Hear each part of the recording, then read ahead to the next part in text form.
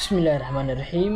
Waxaan kugu soo dhaweynayaa macadka tababarada iyo tiknoolajiyadda ee Bondo. Magacaygu waa Abubakar Naasir Cali. Weli waxaan ku guda jirnaa koorsada Microsoft Word oo ah barnaamij qoraaleed lagu barto habka loo qoraayo ama loo diyaarinayo dokumentiyada noocyadiisa kala duwan. Cashirkeena saddexaad waxaan ku bari doonaa text basics. Marka ugu horeyso aan soo kacsano programkeena Microsoft Word 2010.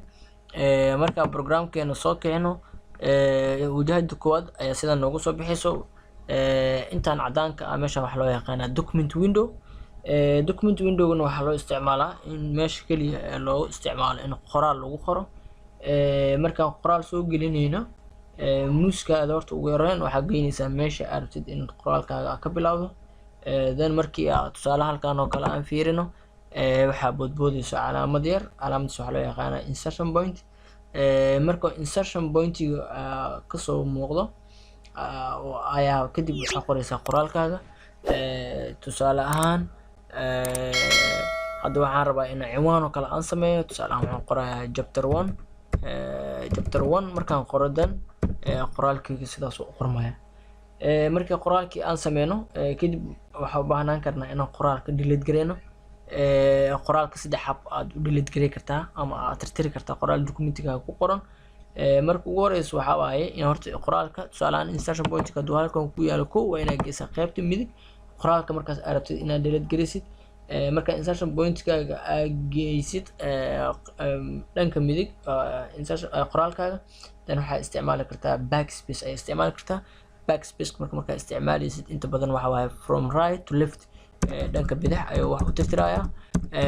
Intaas markaa kasoo gudubno waxaa kaloo isticmaali karnaa delete laakiin backspace wuu ka duwan yahay. Laakiin delete waxaa waaye insertion point-kaaga waa inaad qaybta bidix aad geysaa. qaybta bidix markaa geysid kadib keyboard-kaaga aad ka taabataa delete wuxuu sameynayaa dhanka midig ayuu u tirtirayaa qoraalkaagana sidaas aad ku tirtiraysaa. Habka saddexaad oo qoraal aan ku delete gareyn karno waxaa waaye inaan qoraalka oo dhan aad highlight saarto. qoraalka markaa highlight saarto kadibna aad delete daado. Saddexdaas hab ayaan qoraal ku delete gareyn karnaa. Intaa markaa kasoo gudubno waxaa inoogu xigo marka sida qoraal loo dooranayo ama selection loo saarayo. Inta badan qoraalada markii selection ama highlight la saarayo waxaa la isticmaalaa marka qoraalkaaga kale aad format gareynaysid ama markii aad copy gareynaysid sidoo kale. Hadda marka habab kala duwan oo highlight loo saaraa jirto ama qoraalkaaga selection loogu sameeyo. Habka ugu fudud aad sameyn karto waxaa waaye inaad muuskaaga aad soo qabato then left button-ka inaad qabato then drag and drop aad ku sameyso muuskaaga sidaas aad ugu jiido all sidaas ayuu qoraalkaaga highlight ku saaraya. haddii lacala muuska aad ugu dhiban tahayna waxaad sameyn kartaa in qoraalkaaga dhanka gees inaad ka geyso ama qaybta midig oo kale insertion point-iga kadib aad qabato keyboard-kaaga shift-iga kadibna aad isticmaasho left arrow-ga oo sidaas aad highlight soo saarto. intaa markaa kasoo gudubno haddaad rabtid highlight-ka inaad ka qaadid waxaa waaye habka ugu fudud inaad hal mar muuskaaga meel banaan click aad siiso sidaas aad highlight kaga qaadaysaa. laakiin asoo highlight saaran haddii aad qoraalka ama keyboard-kaaga xarfaha wax qorista haddii aad ka taabato tusaale oo kale haddaad taabatid qoraalkaaga wuu tirtirmaya. marka mar walba hubi markaa formatka oo kale aad sameynaysid ama markii qoraal aad copy gareynaysid oo kale in mar walba selection uu ku saaran yahay ama highlight uu ku saaran yahay. haddii selection ku saarnayn ama ku doornayn qoraalkaaga waxaa dhacaysa inuu ka tirtirmo. marka mar walba taas isku day in qoraalkaaga haddii aad wax ka bedelayso ama wax editing art inaad ku sameysid ugu horeyn inaad qoraalka ka qaado highlight-ka ama selection-ka kadibna qoraalkaaga aad u gudubto. intaa markaa kasoo gudubno waxaan rabnaa marka qoraalkii waxaan soo baranay sida qoraal loo soo gelinayo sida loo delete gareynayo iyo sida qoraalka selection loogu sameynayo ama loo dooranayo. waxaa jira marka inaan sameyno sidoo kale copy waxaa loo isticmaalaa in qoraalka la badiyo. marka waxaa jira laba feature oo mar walba la isla isticmaalo oo ah copy iyo paste. marka copy-ga waxaa loo isticmaalaa qoraalka markii aad badinaysid. paste-gana waxaa waaye qoraalkii aad soo qaaday ama soo copy gareysay inaad meel cusub aad keento. kow markaan copy sameynayno marka ugu horeyso waa in qoraalkeena highlight aad saarnaa.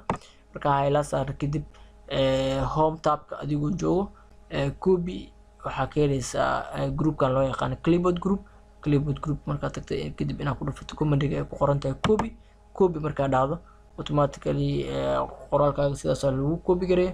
markaan rabno marka meel cusub inaan geeyno waxaan u baahanahay in insertion point-geena aan keeno meel cusub ee kasoo muuqato. tusaalaha marka hadda halkan interest ka leenahay qaybta soo saarnaa inaan keeno qoraalka aan soo koobi gareynay kadib waxaa u baahantahay command-ga ay ku qoran tahay paste. marka paste command ayaa ku dhufanaysaa qoraalkaaga sidaas ayaa lagu soo koobi gareeyay ama lagu badiyay.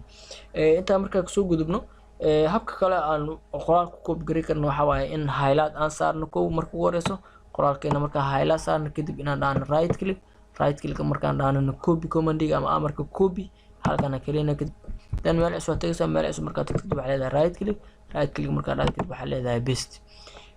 habka kaloo saddexaad oo qoraal aan ku badi karno waxaa waaye ugu horeyn qoraalkeena inaan highlight saarno markaa saarno kadib inaan dhahno control iyo c keyboard shortcut control c markaa dhahno kadib inaan enter aan dhahno meel cusub aan tagno kadib keyboard shortcut aan dhahno control iyo v. intaa markaa kasoo tagno qodob kale waxaa waaye cut inaan sameyno. cut waxaa waaye qoraalkan oo dhan inaan qaado oo aan meel kale geyso. marka intaan iska tirna hadda tusaalahan hadda chapter 1 halkaan ugu qoran yahay waxaa rabaa marka in qoraalkan meeshaas aan kasoo qaado qaybta hoos aan usoo dejiyo. ugu horeyn highlight aan saarayna qoraalkeena markaan highlight saarno kadib clipboard groupkana waxaan ka dooranayna cut markaa dhacdo qoraalkaaga dhan waa weynaysaa. marka ha ka welwelin locationka kasoo gudub oo kasoo siko meel cusub imaw meel cusub markaa imaado kadib waxaa leedahay paste command markaa ku dhufato qoraalkaaga meeshii hore laga soo qaaday meel cusub waa la keenay. sidoo kale waxaa sameyn karnaa inaan highlight saarno kadib aan right click markaa dhahno kadib aan doorano cut markaa dhahno dan meeshii hore aan u celino kadib meeshii banaan inaan right click dhahno kadib aan paste. habkaas inuu qoraalkaaga cut waa lagu dhigi karaa. habka saddexaad waxaa waaye inaad isticmaasho keyboard shortcut oo ugu horeyn qoraalkaaga highlight aad saarto. marka qoraalkaaga highlight saarto inaad dhahdo control x markaa dhahdo dan inaad hoos soo degto kadibna aad keyboard shortcut aad dhahdo control v. habkaas ayadana waxaa ku sameyn kartaa cut and paste. intaa markaa kasoo gudubno pastiga inta badan wuxuu wataa 3 option waxaa loo yaqaanaa paste options. optionka koowaad waxaa waaye keep source formatting oo ah haddii qoraalkaas mid format garaysan uu ahaa oo tusaale ahaan colorka fartii sizekeedii magaca fartii waxaas oo dhan uu bedelnaa sidiisa macal qoraalka macal formatkiisa isoo qaad. merge formatkan waxaa waaye qeyb ayuu ka tagayaa formatka qeybaha qaarna inuu soo qaataa laga yaabaa. sidoo kale haddii keliya qoraalka keliya u baahan tahay inaad soo paste soo dhahdo marka waxaa leedahay keep text only oo keliya wuxuu ku paste gareynayaa ama meesha kusoo dhigaya qoraalka keliya asigoo kasoo tagaya wax walba formatting markaas qoraalkaas lagu sameeyey. intaa markaa kasoo gudubno waxay noogu xigay markaa drag and drop ka hore muuska shaqooyinka uu qabto 5 shaqo oo muuska uu qabto kamid yahay. marka drag and drop waxaa qoraalka in meel aad ka qaado meel kale aad geyso. inta badan waxay iska dhigayeen cut iyo drag and drop laakiin drag and drop waxa waa hab wada muuskaaga isticmaal kartaa qoraalka meel inaad ka qaado meel kale geey kartaa. laakiin cut-ka waa inaad cut soo dhahdaa kadib paste aad dhahdaa. ugu horeyn waxaan sameynayna qoraalkeena highlight saarayna qoraalkeena markaa highlight saarno kadib waxaan sameynayna left button-ka muuska qabanayna markaan qabano dan waa qaadayna markaan qaadno location-ka arabna markaa geeyna dan waa sii deynayna qoraalkeena sidaas ku qaadnay oo aan meel cusub ku geynay. inta markaa kasoo gudubno waxaa kaloo jira wax loo yaqaano find iyo replace. find iyo replace wax kala maahan. ugu horeyn find waxa loo isticmaalaa marka qoraal aad raadinaysid documentiga ku jiro. tusaale documentiga qortay magac qof uu leeyahay oo kale ama cinwaan oo kale ka raadinayso documentiga aad u weynaa waxa laga yaabaa in intaas 100 page uu ka kooban yahay. habka ugu fudud aan wax qoraal ku raadi karno waxa waaye in editing groupkan aan ka doorano find markaa ka doorano qaybtan left navigation pane kaas ku soo baxay navigation pane markuu ku soo baxay qaybta search-ga marka tusaale ahaan chapter aan u baahanahay inaan ka raadiyo halka waxaan ku qorayaa marka chapter markaan qoro automatically qoraalkaaga hadduu documentigaas ku jiro sidaan oo kale waxaa loo saarayaa highlight.